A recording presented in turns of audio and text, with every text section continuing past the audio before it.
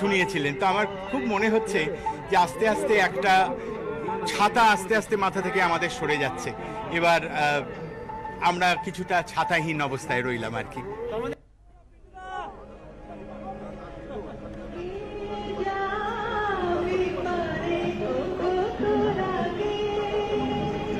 আমার মা এবং উনি গুরু বোন ছিলেন। গুরু বোন মানে হচ্ছে দুজনেই মুনাওয়ার আলী খাঁ সাহেবের কাছে শিখতেন। ওস্তাদ মুনাওয়ার আলী খাঁ সাহেব, তিনি বড়ে গোলাম আলী খাঁ সাহেবের ছেলে এবং নিজে দুর্দান্ত সিঙ্গার ছিলেন।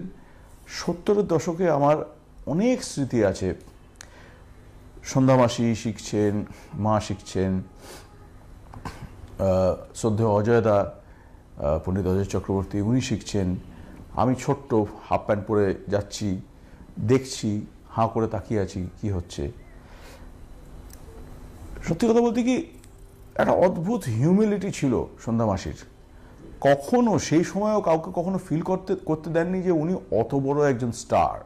পরবর্তীকালেও ওনার সঙ্গে যোগাযোগ, আমরা ওনার বাড়িতে যেতাম সেই সময়, পরবর্তীকালেও গেছি। আমার মার সঙ্গে খুব কথাবার্তা হতো, ফোনে হতো অফ লেট, কিছুদিন আগেও হয়েছে। আমাকেও মাঝে মাঝে ফোন করতেন, কিরম আছো বাবা। খুবই এফেকশনেট, এত সুন্দরভাবে কথা বলতেন, এত এনকারেজিং। এবং রাজ্য সঙ্গীত একাডেমির সূত্রে ওনার সঙ্গে মাঝে মাঝে দেখা হতো।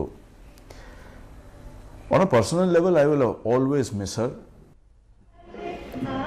সরাসরি যে ছবি আপনারা দেখতে পাচ্ছেন, সন্ধ্যা মুখোপাধ্যায় শায়িত মরদেহ, সেই মরদেহ নিয়ে গাড়ি এগিয়ে চলেছে কেওড়াতলা মহাশ্মশানের উদ্দেশ্যে এবং একেবারে সুশৃঙ্খলভাবে যে শোক মিছিল, সেই শোক মিছিল সেই গাড়িকে অনুসরণ করছে।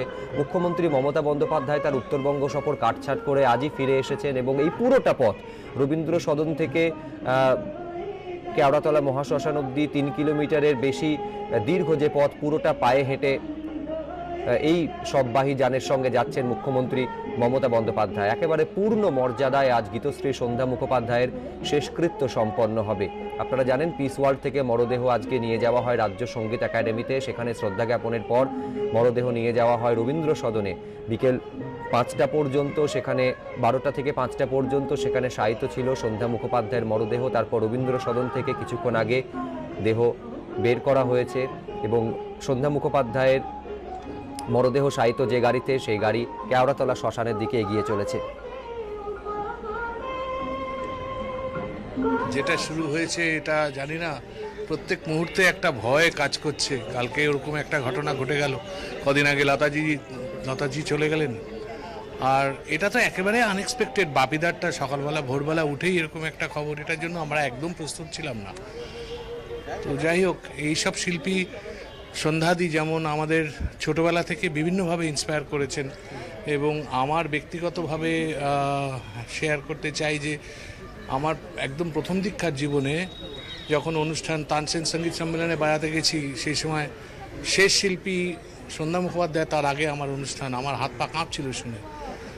তো বাপিদাও তো এত ভালো ভালো গান সৃষ্টি করেছেন, ডিস্কোর কিং বলা হয়, কিন্তু এছাড়াও অসাধারণ সব কম্পোজিশনস করেছেন, যেগুলো পার্থিব শরীর হয়তো এদের চলে যাবে, কিন্তু এদের কাজ, এদের সৃষ্টি সারা জীবন থাকবে।